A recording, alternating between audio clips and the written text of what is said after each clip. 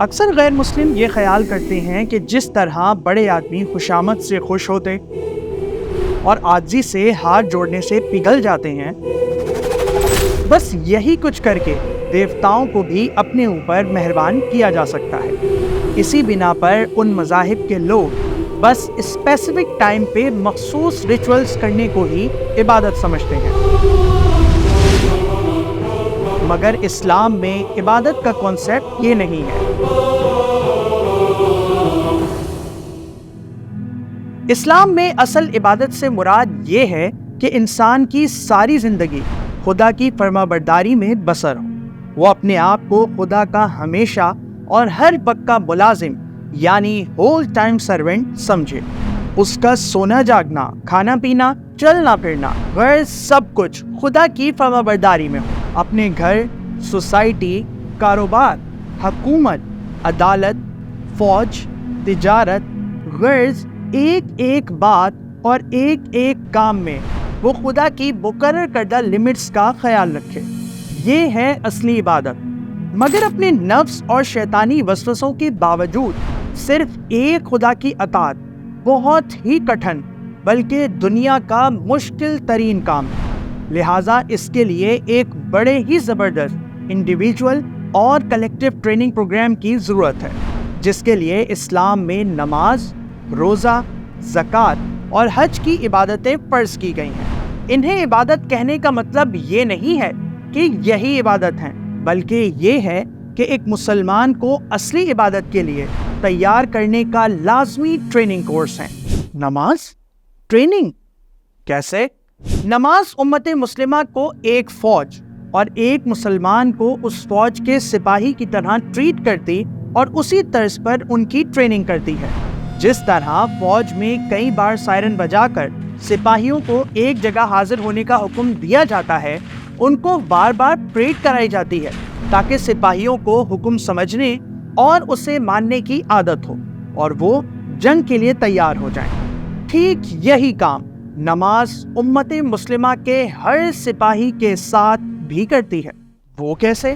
اذان کا سائرن بجا کر مسلمانوں کو ایک جگہ مسجد میں جمع کیا جاتا ہے اور نماز کی شکل میں ان سے پریڈ کرائی جاتی ہے۔ جب انسان خدا کے حکم پر صبح سویرے گہری نیند، دوپہر اور سہ پہر میں دفتر و کاروبار کی مصروفیت، شام اور رات میں دوستوں اور فیملی کے ساتھ تفریح چھوڑ کر خدا کی بارگاہ میں حاضر ہوتا ہے تو اس میں ڈیوٹی کو سمجھنے اور اس کو چستی سے پورا کرنے کی صلاحیت پیدا ہو جاتی ہے۔ اذان کی پکار پر لبیک کہنے والوں ہی سے یہ امید کی جا سکتی ہے کہ وہ باقی اوقات میں بھی خدا کے حکم کو حکم سمجھیں گے اور اس پر عمل کریں گے۔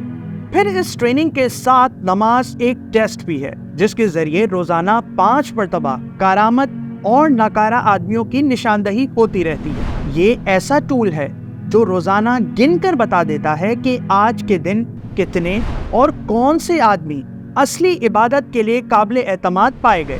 ہر روز 5 دفعہ کی پریڈ کچھ بہت زیادہ نہیں ہے؟ یہ نہیں، دنیاوی فوج میں بھی تو دن میں کئی دفعہ پریڈ اور دوسرے طریقوں سے حکم ماننے کی ایکسرسائز کرائی جاتی ہے، مگر دنیاوی فوج اور امت مسلمہ کے حالات میں ایک بڑا فرق ہے۔ دنیاوی فوج میں کام کا وقت تو کبھی برسوں میں آتا ہے، مگر امت مسلمہ کے سپاہی کے لیے ہر وقت کام کا ہے، کیونکہ اسے تو ہر لمحہ اور ہر معاملے میں خدا کی اطاعت کرنی ہے۔ اس ڈیوٹی میں نہ تو چھٹی ہے اور نہ آرام کا کوئی وقت اور نہ ہی ریٹائرمنٹ۔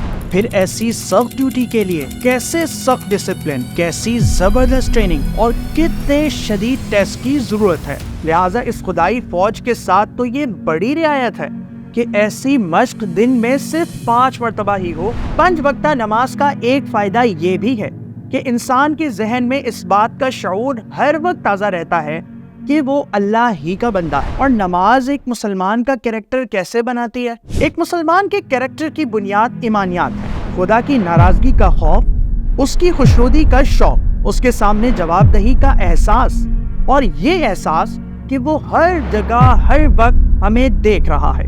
یہی وہ تصورات ہیں جن پر اسلامی کیریکٹر بنتا ہے۔ نماز انہی تصورات کی پریکٹس کرواتی اور انہیں ذہن میں اچھی طرح بٹھاتی ہے۔ وہ کیسے؟ نماز کا ارادہ کرتے ہی ہم اپنا جائزہ لیتے ہیں کہ ناپاک تو نہیں ہے، کپڑے تو ٹھیک ہیں، وضو ہے یا نہیں۔ اگر ہم نے ناپاک حالت میں نماز پڑھ لی یا بغیر وضو کے کھڑے ہو گئے تو کون ہمیں پکڑ سکتا ہے؟ اسی طرح نماز کی حالت میں ہم قیام، رکوع، سجدے وغیرہ میں وہی چیزیں پڑھتے ہیں جن کا حکم دیا گیا ہے، حالانکہ ہم کچھ نہ پڑھیں یا کچھ اور ہی پڑھتے رہیں تو کسی کو بھی نہیں پتہ چلنے والا۔ مگر ہم کیوں ایسا نہیں کرتے؟ اسی لیے کہ خدا کا خوف ہے، یقین ہے کہ اس سے کوئی بات نہیں چھپ سکتی۔ اس پریکٹس سے خوف خدا ہمارے ذہن میں اتر جاتا ہے۔ کیریکٹر بلڈنگ کے ساتھ نماز مسلمان میں اپنے نفس کو کنٹرول کرنے کی صلاحیت بھی پیدا کرتی ہے۔ نفس کو کنٹرول کرنے کا کیا مطلب ہے بھائی؟ مثلاً ہارس رائڈنگ میں گھوڑا رائڈر کے ساتھ صحیح تبھی چل سکتا ہے جب اس کی رینس رائڈر کے قابو میں ہو۔ اگر گھوڑے کی رینس رائڈر کے قابو میں نہ ہو تو پھر رائڈر گھوڑے کو نہیں بلکہ گھوڑا رائڈر کو چلاتا ہے، چونکہ گھوڑے کو تو منزل اور راستے کا علم نہیں ہوتا، اس لیے جب وہ رائڈر کو لے کر چلتا ہے تو سیدھے ٹیڑھے ہر راستے پر رائڈر کو کھینچتا پھرتا ہے۔ انسان کی مثال ایک گھوڑے اور اس پر بیٹھے رائڈر کے مجموعے کی سی ہے، جس میں انسان کی جسمانی طاقتیں اور خواہشات ایک گھوڑے کی طرح ہیں، جبکہ انسان کی خودی اس کو چلانے والا رائڈر ہے۔ یہ گھوڑا ہر وقت چاہتا ہے کہ رائڈر اس کو نہ چلائے بلکہ یہ رائڈر کو چلائے، لہٰذا اشد ضروری ہے کہ رائڈر کو اس طرح تیار کیا جائے کہ وہ گھوڑے کو اپنے اوپر سوار نہ ہونے دے بلکہ وہ خود اس پر سوار ہو اور اسے رائڈ کرے۔ یہ کام نماز کرتی ہے۔ اچھا، وہ کیسے؟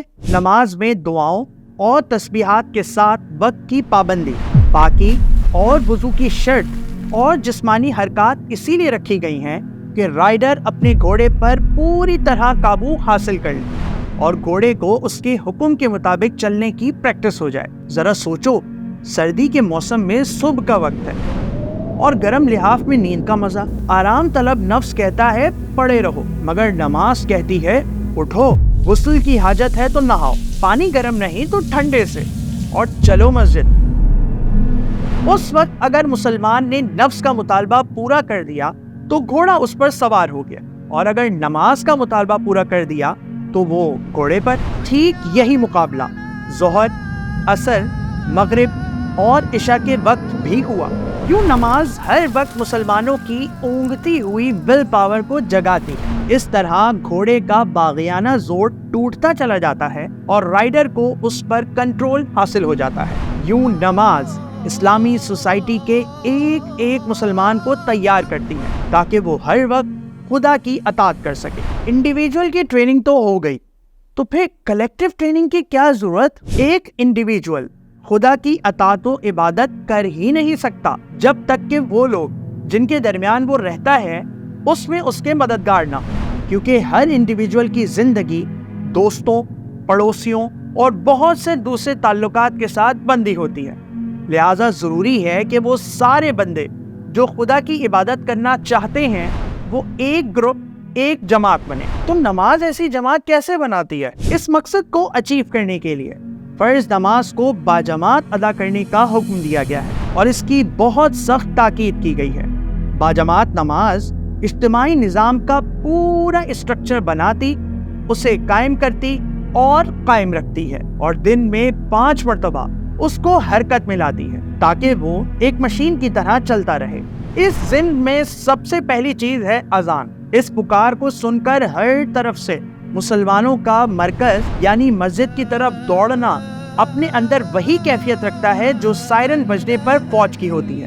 فوج میں یہ طریقہ اسی لیے رکھا گیا ہے کہ جب جنگ کا موقع آئے تو ساری فوج ایک آواز پر اکٹھے ہو کر کام کر سکے۔ اس چیز کو موبلٹی کہا جاتا ہے۔ یہ موبلٹی فوجی زندگی کی جان ہے۔ اگر کسی فوج میں اس طرح جمع ہونے کی صلاحیت نہ ہو اور اس کے سپاہی ایسے خود سر ہوں کہ جس کا جدھر منہ اٹھتا ہو ادھر چلا جاتا ہو، تو خواہ ایسی فوج کا ایک ایک سپاہی کیسا ہی بہادر کیوں نہ ہو، وہ کسی مہم کو بہرحال سر نہیں کر سکتی۔ اسی مصلحت سے مسلمانوں کے لیے بھی یہ قاعدہ مقرر کیا گیا ہے اور دن میں 5 مرتبہ اس کی پریکٹس کرائی جاتی ہے۔ اس کے بعد مسلمان مسجد میں جمع ہوتے ہیں۔ یہاں ایک دوسرے کو دیکھنا، پہچاننا اور واقف ہونا، وہ بھی اس حیثیت سے کہ سب ایک خدا کے بندے، ایک ہی کتاب اور رسول کے پیروکار، اور سب کی زندگی کا ایک ہی مقصد ہے۔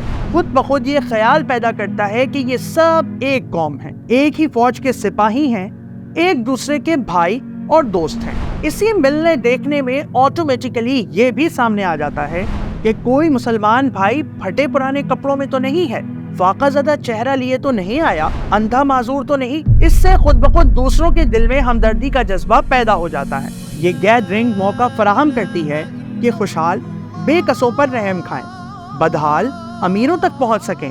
کوئی اگر بیماری یا مصیبت کی وجہ سے مسجد نہیں آیا ہوتا تو اس کا بھی پتہ چل جاتا ہے۔ اس طرح دوسروں کو اس کی تیمارداری اور مدد کا موقع مل جاتا ہے۔ یہ سب باتیں آپس کی محبت بڑھاتی اور ایک مضبوط جماعت بناتی ہیں۔ اس کے بعد جب صفیں بنتی اور جماعت شروع ہوتی ہے تو اس میں سب مسلمان برابر، نہ کسی کے ٹچ کر جانے سے کوئی ناپاک ہو جاتا ہے اور نہ کسی کے برابر کھڑا ہونے سے کسی کی عزت کو پٹا لگتا ہے۔ یہاں روزانہ 5 مرتبہ سوسائٹی کی اونچ نیچ برابر کی جاتی ہے۔ بڑوں سے سپیریورٹی کمپلیکس اور چھوٹوں سے انفیریورٹی کمپلیکس دور کیا جاتا ہے۔ پھر یہ سب بندی جہاں طبقاتی امتیازات کو مٹاتی ہے، وہیں رنگ، نسل، وطن کی عصبیتوں کو بھی ختم کرتی ہے۔ تمام مسلمان جو مسجد میں آئے، چاہے دیہاتی ہو یا شہری، مزدور ہو یا بزنس مین، اور کوئی بھی زبان بولنے والے یا کسی بھی برادری سے تعلق رکھنے والے ہوں، سب کے سب ایک ہی صف میں کھڑے ہو کر نماز ادا کرتے ہیں۔ اس طرح جب یہ سب کندھے سے کندھا ملا کر کھڑے ہوتے اور ایک ساتھ رکوع و سجود کرتے ہیں تو ان کے اندر آرگنائزڈ کلیکٹیو موومنٹ کی وہ صلاحیت پیدا ہوتی ہے جس کے لیے فوج کو پریڈ کرائی جاتی ہے۔ پھر نماز میں جو کلمات اور دعائیں پڑھی جاتی ہیں ان میں بھی کہیں واحد کا صیغہ نہیں، جہاں دیکھیں جمع کا صیغہ۔ یہ چیز ہر مسلمان کے ذہن میں یہ بات روزانہ 5 دفعہ بٹھاتی ہے کہ وہ اکیلا نہیں، کہ سب کچھ تنہا اپنے لیے ہی چاہے اور مانگے، بلکہ اس کی زندگی جماعت کے ساتھ جڑی ہے۔ جماعت کی بھلائی میں ہی اس کی بھلائی ہے۔ پھر یہ اجتماعی عبادت امام کے بغیر بھی ممکن نہیں۔ یہاں 2 آدمی بھی ہوں تو حکم ہے کہ ایک امام بن کر لیڈ کرے اور دوسرا مقتدی بن کر فالو۔ اس سے دراصل تمام مسلمانوں میں لیڈرشپ اور فالوئنگ کی مکمل ٹریننگ دی جاتی ہے، جو کہ اجتماعی زندگی کی جان ہے۔ اس میں بتایا جاتا ہے کہ اس چھوٹی مسجد سے باہر بڑی مسجد یعنی زمین میں مسلمانوں کا اجتماعی نظام کیسا ہو، امام کس کو بنایا جائے، اس کا طرز عمل کیا ہونا چاہیے، اور جماعت کو اس کی اطاعت کس طرح اور کن باتوں میں کرنی چاہیے۔ اگر امام غلطی کرے تو مسلمان کیا کریں، کہاں تک غلطی میں بھی اس کو فالو کریں، کہاں وہ اسے ٹوک سکتے ہیں اور کس موقع پر وہ اسے امامت سے ہٹا سکتے ہیں۔ اس میں یہ ٹریننگ بھی دی جاتی ہے کہ نہ امام کو ٹوکنے والے کے لیے کوئی شرم کی بات ہے اور نہ امام کے لیے کہ وہ ٹوکے جانے پر اپنی غلطی کی اصلاح کرے۔ امام نہ صرف اپنی غلطی کی اصلاح کرے گا بلکہ غلطی کے اعتراف میں سجدہ سہو بھی کرے گا۔ پھر اس میں جماعت کو یہ ٹریننگ بھی دی جاتی ہے کہ امام کے ساتھ یہ طرز عمل صرف ان غلطیوں کے بارے میں ہے جو معمولی جزیات سے تعلق رکھتی ہیں، لیکن اگر امام نماز کی ترکیب ہی بدل دے یا جان بوجھ کر قرآن غلط پڑھے یا دوران نماز کوئی ایسا کام کرے جس سے یہ ظاہر ہو کہ وہ قانون الہی سے منحرف ہو گیا ہے، تو جماعت کا فرض ہے کہ نماز توڑ دیں، اسے ہٹا کر کوئی دوسرا امام بنا لے۔ یہاں تفصیلات کی غلطی پر امام کو فالو نہ کرنا جتنا بڑا گناہ ہے، امام کے فنڈامنٹلی غلط ہو جانے کے باوجود اس کو فالو کرتے جانا اس سے بھی بڑا گناہ ہے۔ یہ سب گویا چھوٹے پیمانے پر ایک بڑی سلطنت کو چلانے کی پریکٹس ہے جو ہر مسجد میں روز کرائی جاتی ہے۔ اس طرح نماز مسلمانوں میں انڈیویجولی اور ان کی جماعت میں بحیثیت مجموعی وہ کوالٹیز پیدا کرتی ہے جو ہر معاملے میں خدا کی عبادت کرنے کے لیے ضروری ہے۔ جب ساری ٹریننگ نماز نے کر لی تو باقی عبادات جیسے روزے وغیرہ کا کیا کام؟ روزے کا کام انہی اثرات کو زیادہ تیز اور مضبوط کرنا ہے جو نماز سے حاصل ہوتے ہیں۔ نماز دراصل ڈیلی کی یوزول ٹریننگ ہے جو روزانہ 5 مرتبہ مگر تھوڑی دیر کے لیے آدمی کو اپنے اثر میں لیتی اور تعلیم و تربیت کی ہلکی پھلکی خوراک دے کر چھوڑ دیتی ہے، جبکہ روزہ سال بھر میں 1 مہینے کا اسپیشل ٹریننگ کورس ہے جو آدمی کو ایک لمبے عرصے تقریباً 720 گھنٹے مسلسل اپنے مضبوط ڈسپلن میں کس کے رکھتا ہے تاکہ روزانہ کی ٹریننگ میں جو اثرات کمزور رہ گئے تھے وہ بھی مضبوط ہو جائیں۔ البتہ 3 کام ایسے ہیں جو صرف روزے ہی کی خصوصیت ہیں۔ مثلاً پہلا یہ کہ انسان کے شعور میں اللہ کی حاکمیت کے تصور کو اس قدر مستحکم کر دینا کہ آدمی اپنی آزادی و خود مختاری کو عملاً سرنڈر کر دے۔ وہ کیسے؟ اس کے لیے انسان کی 2 نفسانی خواہشات جو اس میں سب سے زیادہ اسٹرانگ ہیں اور انسان کو بآسانی اپنا غلام بنا لیتی ہیں، یعنی کھانا پینا اور شہوت، فجر سے لے کر مغرب تک حرام کر دی جاتی ہیں۔ مغرب ہوتے ہی جو چیزیں ایک لمحہ پہلے تک حرام تھیں ایٹ ونس حلال ہو جاتی ہیں۔ پورا مہینہ آدمی اس شدید ڈسپلن کے تحت رکھا جاتا ہے کہ مقررہ وقت تک سحری کرے اور مقررہ وقت پر ہی افطار۔ جب انسان مسلسل کئی گھنٹے کھانے پینے سے رکا رہتا ہے اور افطار کا وقت ہوتے ہی ان چیزوں کی طرف لپکتا ہے تو یہ اس چیز کا عملی مظاہرہ ہوتا ہے کہ گویا فی الواقع اس کے ہاتھوں اور منہ پر کسی اور کی حکومت ہے۔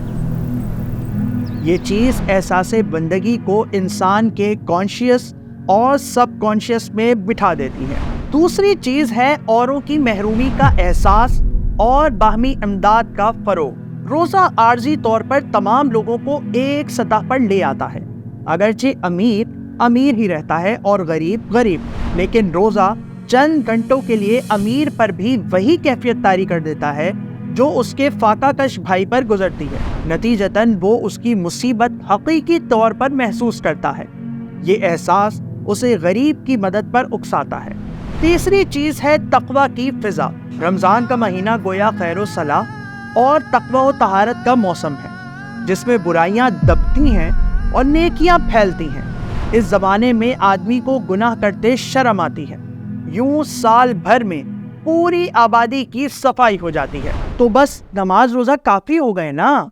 باقی نماز اور روزہ بلا شبہ بہت زبردست ٹریننگ اور بہت سخت ٹیسٹ ہے، مگر صرف ان 2 سے یہ پتہ نہیں چلتا کہ امت مسلمہ کی فوج کے سپاہی کا حال اس شخص جیسا تو نہیں جو گائے کو ماتا جی کہتا، ہر وقت اس کے گن گاتا اور اس کی خاطر پوری دنیا سے لڑنے پر تو تیار ہو جاتا ہے، مگر یہی ماتا جی اگر اس کے غلے میں منہ مار دے تو ڈنڈا لے کر اسے مارنے لگتا ہے۔ جو شخص اتنے چھوٹے دل کا، پست ہمت اور احسان فراموش ہو کہ جس خدا نے اس کو اس کی حقیقی ضرورت سے زائد مال دے کر اس پر احسان کیا ہے، اس احسان کا حق ادا کرتے ہوئے بھی اس کا دل دکھتا ہو، بھلا اس سے یہ امید کیسے کی جا سکتی ہے کہ اگر کبھی ایسا سخت وقت آ گیا کہ خدا کی خاطر اس کو اپنی حقیقی ضرورتوں کا نقصان گوارا کرنا پڑا تو وہ اس پر راضی ہو جائے گا اور کوئی قربانی محض دین و ایمان کی خاطر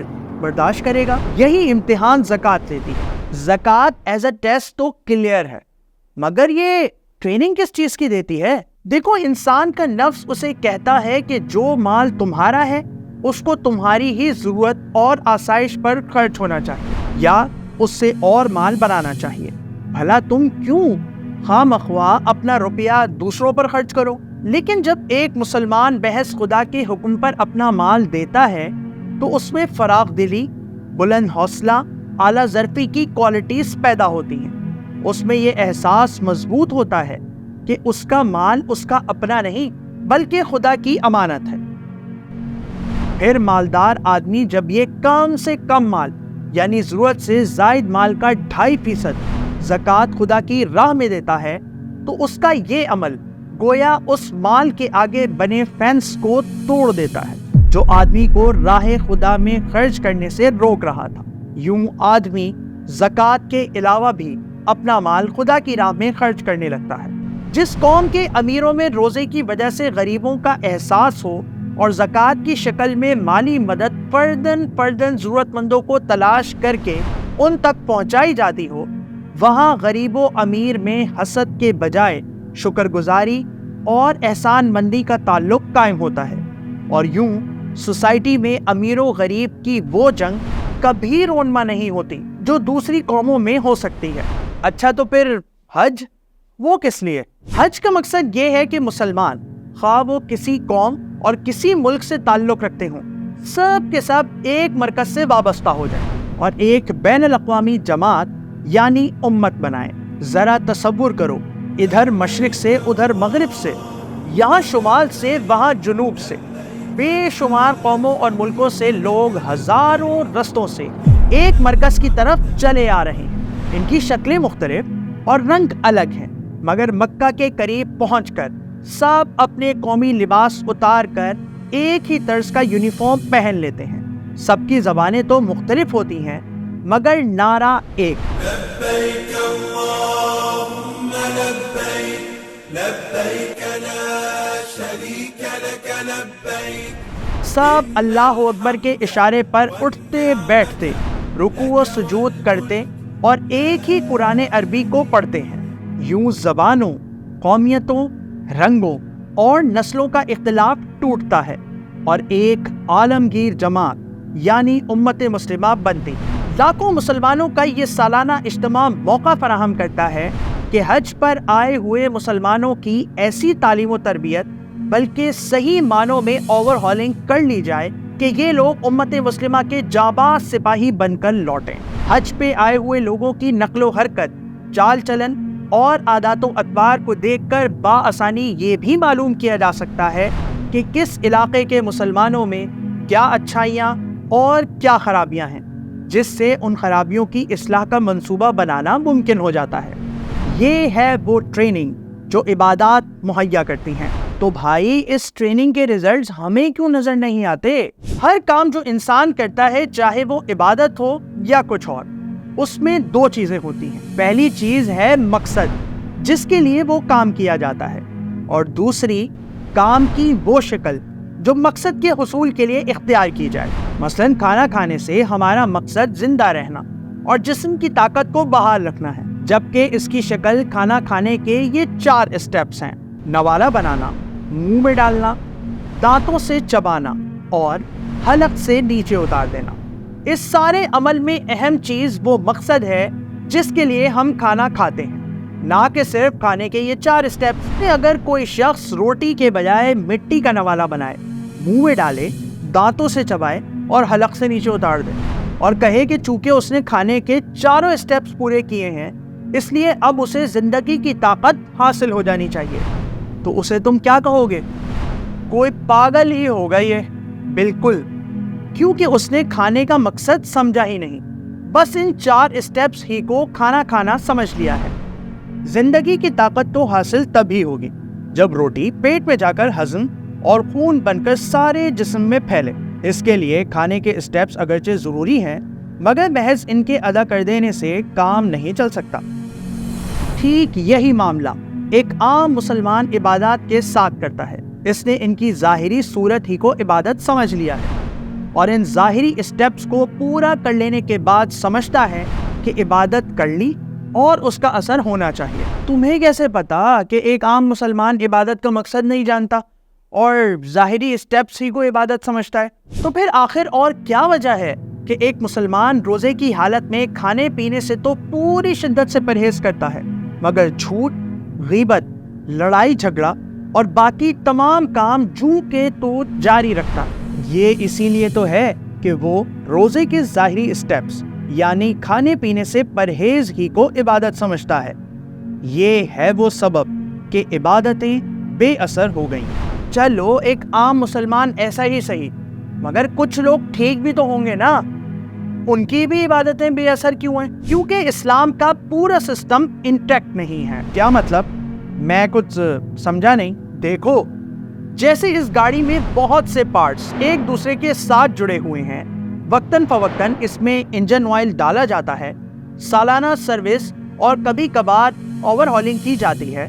اس طرح جب گاڑی کو اسٹارٹ کر کے ایکسلریٹر دیا جاتا ہے تو اس کے سب پارٹس اپنا اپنا کام شروع کر دیتے ہیں اور اس کے ساتھ ہی تمام عمل کا نتیجہ ظاہر ہوتا ہے یعنی گاڑی سڑک پر چلنے لگتی ہے۔ اگر ایکسلریٹر نہ دیا جائے یا گاڑی کے کچھ پارٹس نکال کر اور پھر دبایا جائے تو کچھ حاصل نہ ہوگا۔ اسی طرح اس کے چند پارٹس نکال کر جہاز کے پارٹ ڈال دیے جائیں تو ایکسلریٹر دبانے کے باوجود نہ یہ چلے گی اور نہ اڑے گی۔ پھر اس کے سارے پارٹس رہنے بھی دیے جائیں مگر وہ بیلٹس کے ذریعے ایک دوسرے کے ساتھ کسے ہوئے نہ ہوں تب بھی یہ نہ چلے گی۔ ان سب صورتوں میں اگرچہ گاڑی کا وجود اور ایکسلریٹر دینے کا عمل بیکار ہے مگر دور سے دیکھنے والا شخص یہ نہیں کہہ سکتا کہ یہ گاڑی نہیں ہے یا یہ کہ اس کا ایکسلریٹر نہیں دبایا جا رہا۔ وہ تو یہی خیال کرے گا کہ یہ گاڑی ہے اور اس کو ایکسلریٹ کیا جا رہا ہے، لہٰذا اس کو اپنا مقصد حاصل کرنا چاہیے، یعنی سڑک پر چلنا چاہیے۔ یہ تو بالکل obvious ہے۔ اسلام کو اسی گاڑی کی طرح سمجھ لو۔ جس طرح گاڑی کا مقصد چلنا ہے، اسی طرح اسلام کا مقصد یہ ہے کہ مسلمان زمین پر خدا کے خلیفہ، لوگوں پر خدا کے گواہ اور پوری دنیا میں دعوت کے علمبردار بن کر رہیں۔